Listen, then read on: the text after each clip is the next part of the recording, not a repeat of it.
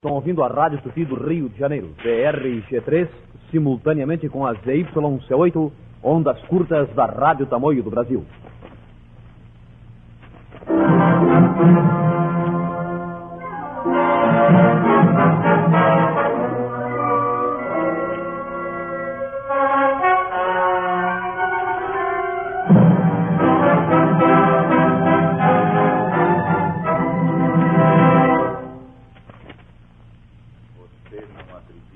Sobrenatural, então ouça.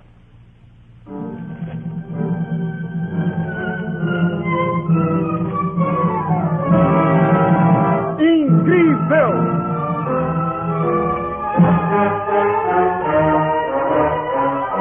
Fantástico! Extraordinário!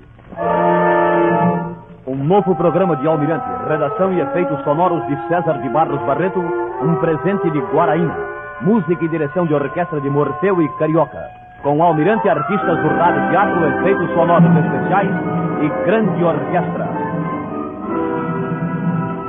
Boa noite, ouvintes de todo o Brasil. Novamente aqui estamos para mais uma audição do incrível, fantástico e extraordinário. Mais uma vez queremos esclarecer, antes de mais nada, que os propósitos desses programas não são os de firmar doutrina em torno de fatos sobrenaturais, nem os de esclarecer coisas inexplicáveis. Nosso fito é simplesmente contar histórias semelhantes àquelas que tanto nos prendem a atenção em conversas de família ou entre amigos. Essas histórias, não se esqueçam, são as que vocês mesmos nos enviam. Acreditamos que sejam verdadeiras, porque é isso que sempre pedimos daqui. Por mais incríveis que pareçam, tais histórias, elas realmente aconteceram. Se esses casos fizerem com que vocês se lembrem de outros que conheçam, não façam cerimônia. Escrevam para cá. Escrevam indicando o nome desses programas. Incrível, fantástico e extraordinário. Preparem-se para ouvir hoje 4 episódios espantosos. Primeiro, o do bambuzal mal assombrado. Segundo, o do fantástico transeunte da rua José dos Reis. Terceiro, o do endiabrado saci da picada da Madalena. E quarto, o dos estranhos passageiros do bonde da linha da pedra. Este programa, todas as semanas deste mesmo dia e hora, é uma oferta de Guaraína aos nossos ouvintes em todo o país. E não se esqueçam, de todos os casos que venham a ser contados aqui, o mais extraordinário há de ser sempre o da própria Guaraína, o comprimido que acabou com a dor sem atacar o coração. O caso de Guaraína, liquidando as dores de cabeça, de dente ou de ouvido, é mais do que incrível, fantástico, extraordinário. O caso de Guaraína é único. Comecemos hoje pelo verídico episódio do bambuzal mal assombrado.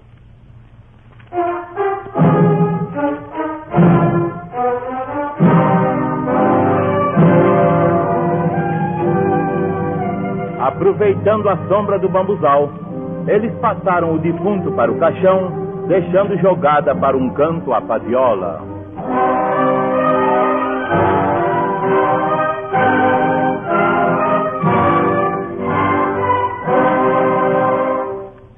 Valdomiro Dias Batista, residente à rua Belmira 92, Piedade, aqui no Rio, relatou-nos em carta o presente caso ocorrido com ele e outras pessoas em 1917, no lugar denominado Pau da Fome, em Jacarepaguá.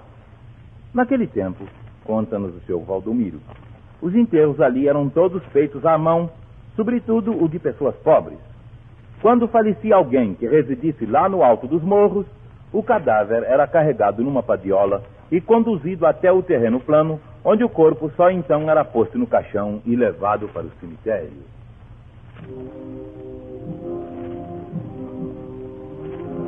Certo dia, em 1917, faleceu um senhor de nome de Andro, muito estimado em Pau da Fome e residente bem no alto de um dos morros locais.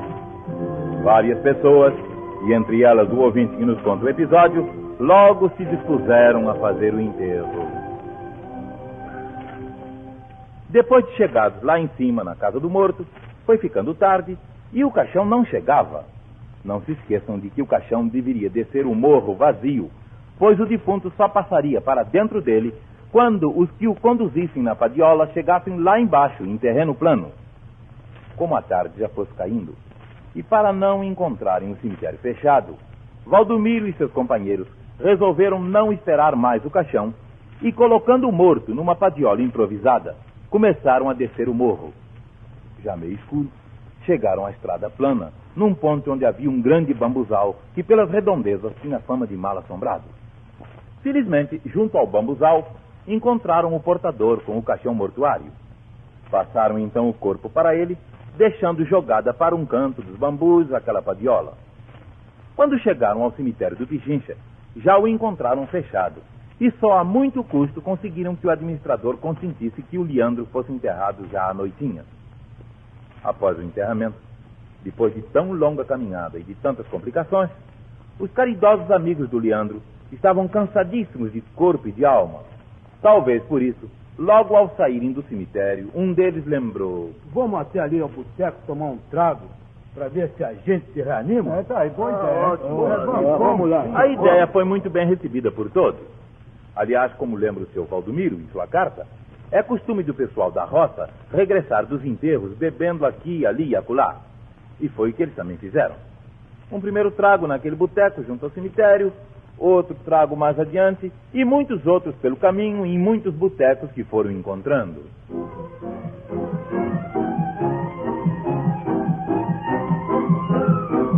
Aqueles tragos foram tantos que só eles chegaram nas proximidades do bambuzal, mal assombrados, aí pelas 2 horas da madrugada.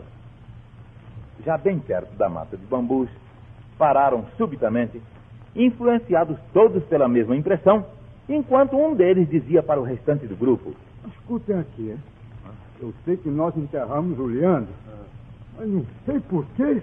Eu estou com a impressão de que ele está ali de novo, no bambuzal ali adiante, estirado na padiola. Houve quem logo protestasse: não diga isso nem por brincadeira. Com defunto não se brinca. E muito menos perto do bambuzal, que todo mundo sabe que é mal assombrado. Quem foi que disse que eu estou brincando com o defunto? O que eu estou dizendo é que tenho a impressão de que estou vendo o Leandro estirado na padiola ali bem adiante. E é muito fácil, viu? Vamos pra frente que o desengano da vista é velho. Deram todos alguns passos mais em direção ao bambuzal e ao chegarem lá... Eu não disse! Olha ele ali! Eu não disse! De fato, estirado sobre a mesma padiola em que tinham trazido lá de cima o corpo do Leandro, estava estirado um outro corpo, tão imóvel e hirto quanto o do amigo morto, no momento em que, naquele mesmo lugar, algumas horas antes, tinha sido mudado daquela mesma padiola para o caixão em que fora enterrado. O pânico, diz o seu Valdomiro Dias Batista, foi indescritível. Dos seus amigos, uns queriam voltar, enquanto outros lembravam que se devia esperar que o dia amanhecesse para irem ver de perto o que era aquilo. Um deles, porém, tomou-se de coragem e disse: vamos olhar de perto o defunto. Quem tiver coragem que me acompanhe. Vamos. Animados pela disposição do companheiro, resolveram todos acompanhá-lo. Deram alguns passos cautelosos em direção ao bambuzal. Será mesmo o Leandro? Cuidado, hein? Não afasta não, hein? Vamos todos juntos. Chegando bem junto à padiola onde estava estirado o corpo, o mais corajoso do grupo abaixou-se, riscou um fósforo e...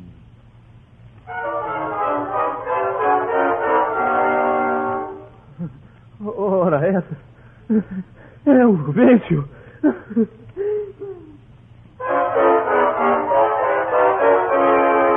Sim, senhores ouvintes, era o Juvencio. Bem, e agora fiquem sabendo quem era o Juvencio. Era o mesmo indivíduo que na véspera fora encarregado de levar o caixão do Leandro até lá em cima do morro. Como foi contado, o caixão demorara tanto a chegar que o enterro saiu mesmo sem ele. E só lá embaixo, já na estrada, junto ao bambuzal, é que encontraram o portador, isto é, o Juvencio, naquele dia transformado em empregado da casa mortuária. Inveterado pau d'água, o Juvencio tinha tomado formidável carraspana naquela tarde, e sabe Deus como conseguira chegar ao bambuzal com o caixão na cabeça. Estava tão ruim que logo que o enterro seguiu seu caminho, vendo a padiola que tinha ficado atirada a um canto, não resistiu à tentação e, estirando-se nela, ferrou em profundo sono até alta madrugada, só acordando diante daqueles gritos do Valdomiro e seus companheiros, ainda meio aterrorizados, né? Ora, essa é o Juvencio. Não faltava mais nada, hein? Mas que bruto sujo. Puxa. Daquela vez, certamente, houve uma explicação para os mal-assombrados do bambuzal de pau da fome em Jacarepaguá.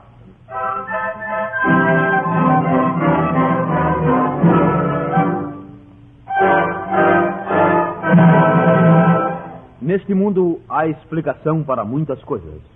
Essa preferência, por exemplo, que no Brasil se consagra a guaraína, é perfeitamente explicável. É que guaraína, sendo um comprimido 100% brasileiro, é também 100% eficaz no combate às nevralgias, dores de cabeça, de dente ou de ouvido. Guaraína, um medicamento nacional de conceito universal. E vamos passar a descrever agora o apavorante encontro com um fantasma.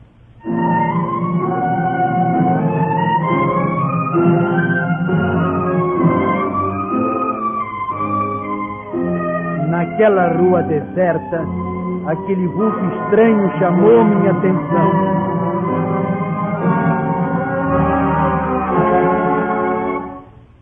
O presente caso fantástico chegou-nos ao conhecimento remetido pelo ouvinte João Batista, residente aqui no Rio, a rua Monsenhor Marques, 154.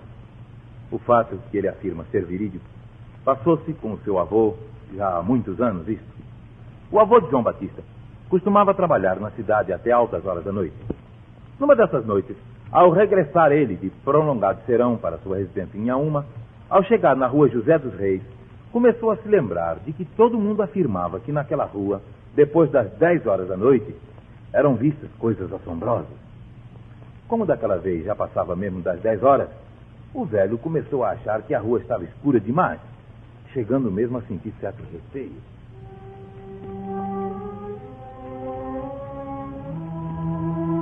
Logo adiante estava o cemitério de Inhaúma, por cujo portão ele teria de passar uma centena de passos adiante. E ele costumava contar assim ao neto: de qualquer jeito, menino, eu fiz das tripas coração e toquei para diante. Felizmente, enquanto caminhava, olhei lá para frente e avistei o vulto de um homem vindo em minha direção. Fiquei logo mais animado ao ver que não estava sozinho naquela rua deserta. Pelos meus cálculos, eu iria cruzar com o vulto mais ou menos no portão do cemitério. Apressei os passos. Lá ao longe, notei que o vulto também apressava os passos na minha direção. Quando ele passava por debaixo de um lampião, olhei melhor e vi que se tratava de um homem todo vestido de preto e, o que era mais estranho, trazia um lenço que passava por debaixo do queixo, amarrado em um nó no alto da cabeça. Eu senti logo um calefrio e, sem querer, atravessei para o outro lado da rua, a fim de não passar por junto do homem. Mas, com grande espanto meu, o homem de preto também atravessou a rua. Andando sempre, voltei novamente para outra calçada. Ele fez o mesmo. Senti que o meu corpo tremia como vara verde e já não tentei mudar de rumo. Faltavam apenas uns 10 metros para passar ao lado do outro mesmo. Levantei a vista mais uma vez e então... vi na minha frente aquela coisa horrorosa. Aquele homem todo de preto e sem cabeça.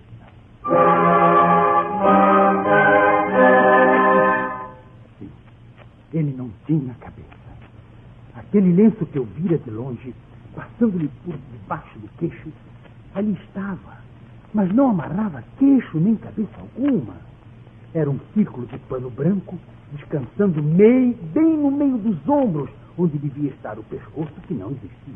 Como era natural, o avô do ouvinte, João Batista, parou bem diante do fantasma, inteiramente gelado e sem saber o que fizesse.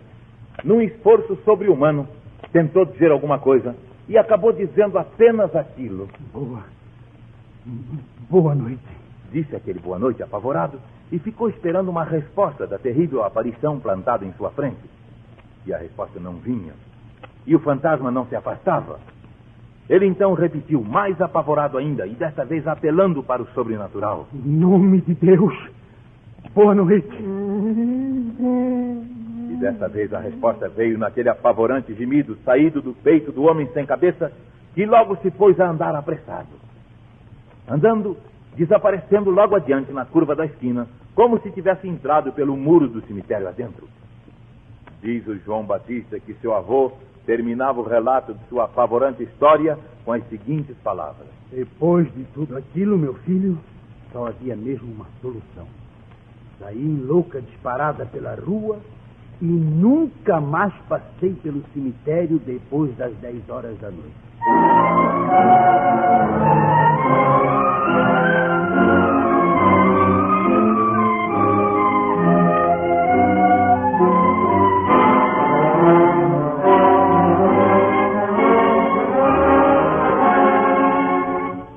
E aqui está o caso do endiabrado saci da picada da Madalena.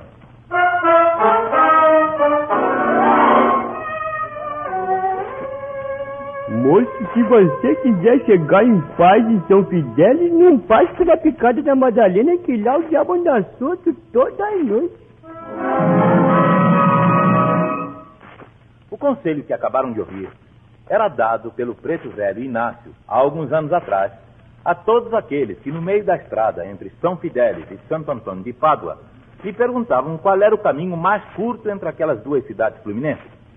Por mais de uma vez, esse mesmo conselho foi repetido ao Joselino Barbosa, um preto forte e desempenado que era tropeiro na referida cidade de São Fidélis. Nas suas viagens para Santo Antônio de Pádua, devido talvez à recomendação do velho, o Joselino sempre arranjava as coisas de maneira a não ter de passar durante a noite pela picada da Madalena. Uma vez, porém, ele atrasou-se nos seus negócios e já anoitecia quando pôde ganhar a estrada de volta a São Fidélis. O animal em que viajava estava carregado também com 2 grandes jacais cheios de galinhas e de ovos, por ele comprados em Santo Antônio de Pádua. Ao chegar perto da picada da Madalena, desabou fortíssima chuva, acompanhada de violenta ventania. Sem querer quase, ele começou a se lembrar de que o preto velho sempre dizia: Moço, se você quiser chegar em paz em São Fidélis, não passe pela picada da Madalena, que lá o diabo anda solto toda a noite. E o Joselino tinha a impressão de ouvir o velho Inácio acrescentando ao conselho aquelas informações apavorantes. E o diabo aparece na figura de um saci de um olho só no meio da testa, que anda numa perna só e que salta na garupa dos cavaleiros que passam na picada no meio da noite. O Joselino pensava em tudo aquilo quando seu cavalo entrava na picada. Naquele momento preciso, o vento uivou mais forte. E ao mesmo tempo, uma coisa, vinda de cima, saltou na garupa do cavalo, que se pôs a rinchar e a corcoviar loucamente. O Joselino fez tudo para dominar o cavalo, mas apavorado e sentindo quer que fosse montado bem nas suas costas, seus braços não tinham forças para esticar as rédeas. Sim, era o saci, não havia a menor dúvida. Ele chegava a sentir as cócegas que o monstro lhe fazia na cintura. E com os coices da montaria, também as galinhas saltaram dos jacais em loucos cacarejos. Não havia dúvidas, era o saci aquele.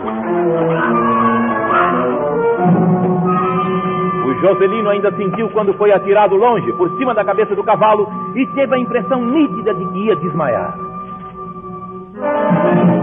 E desmaiou mesmo.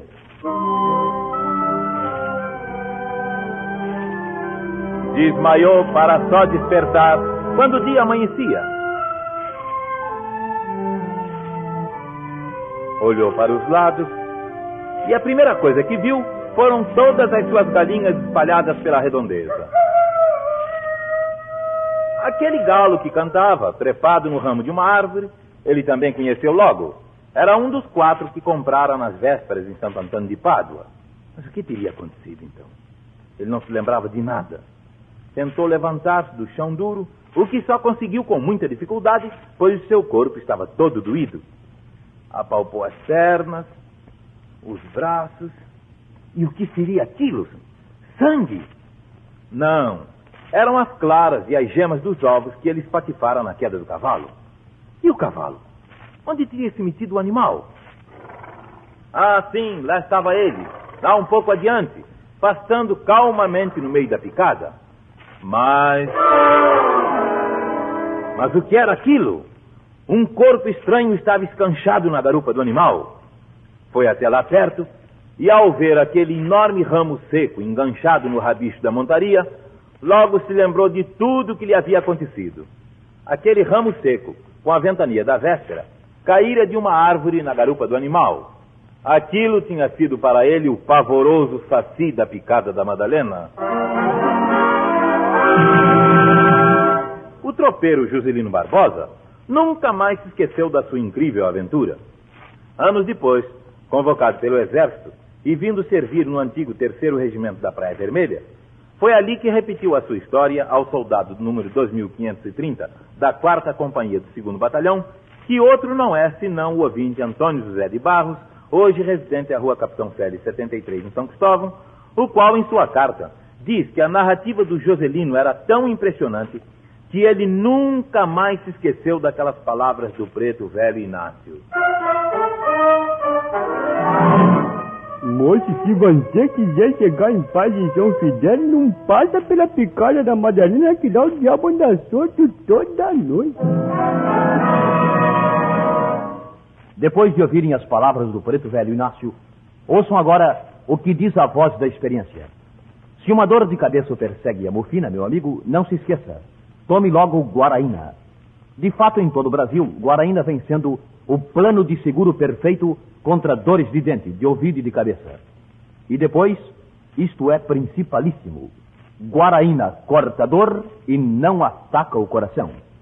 Guaraína. E vamos encerrar o programa desta noite com a descrição do fantástico episódio do bonde da Linha da Pedra em Jacarepaguá. Estranhos, muito estranhos mesmo, aqueles 2 passageiros do bonde da Pedra. O impressionante caso escolhido para encerrar nosso programa desta noite veio-nos em carta do ouvinte Antônio de Barros, residente aqui no Rio. Conta ele que sua velha mãe, Dona Custódia Magalhães, viajava um dia num bonde da Pedra de Campo Grande, quando ouviu o condutor em conversa com outro colega dizer: E por falar em assombração, rapaz, aconteceu um caso comigo que até hoje, quando eu me lembro, me arrepio todo. Escuta aqui, foi há muito tempo isso? Um bocado de tempo, sim. Foi logo depois da inauguração dessa linha da Pedra. E a história se passou no bonde? No carro em que eu trabalhava. Era o último daquela noite, ia vazio. O motorneiro ia a 9 pontos, porque a gente já estava cansado e doidinha para recolher, né? Mas quando chegamos no meio do caminho, 2 vultos fizeram sinal. E o carro parou. Toquei o bonde e fui fazer a cobrança dos passageiros, né?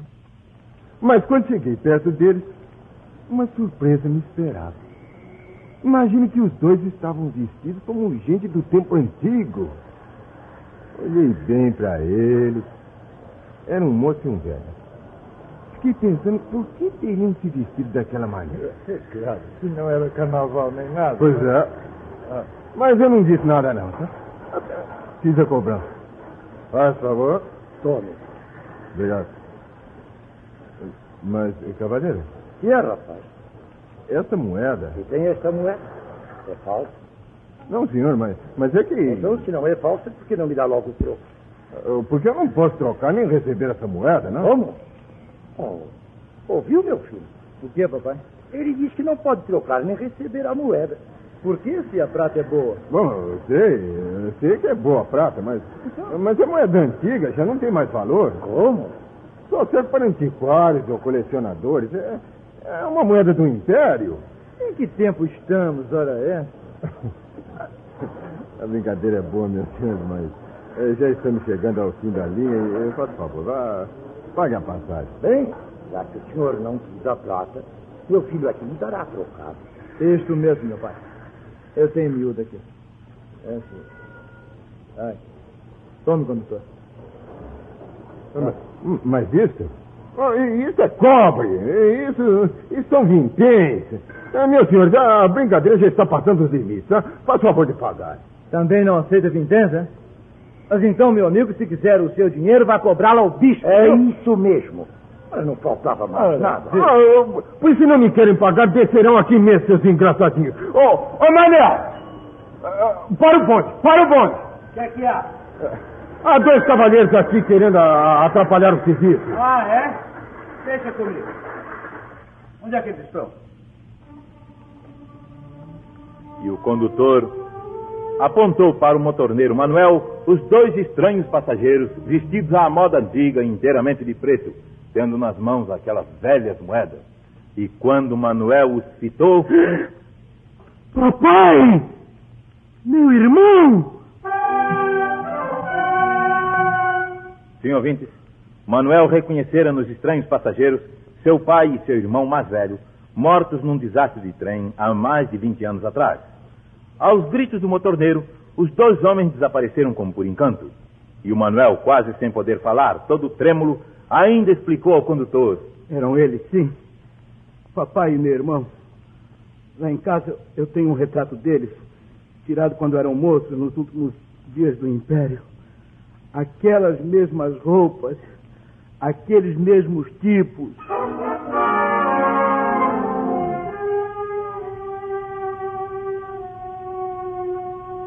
Este programa de Almirante chega nos receptores do Brasil todas as semanas, nesse mesmo dia e hora, e numa oferta de Guaraína aos nossos ouvintes.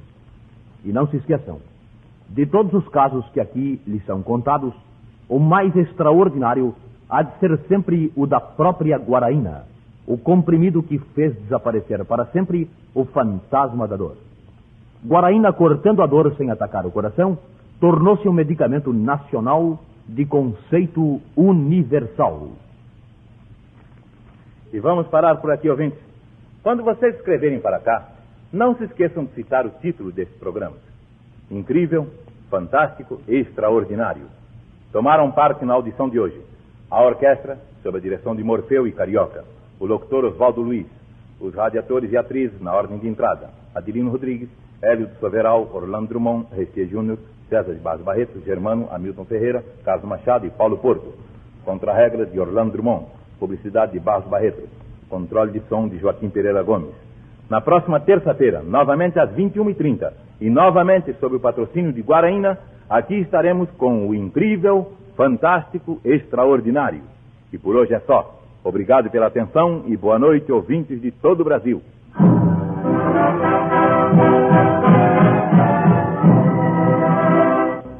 Estão ouvindo a Rádio Tupi do Rio de Janeiro, TRG3, simultaneamente com a ZYC8, ondas curtas da Rádio Tamoio do Brasil.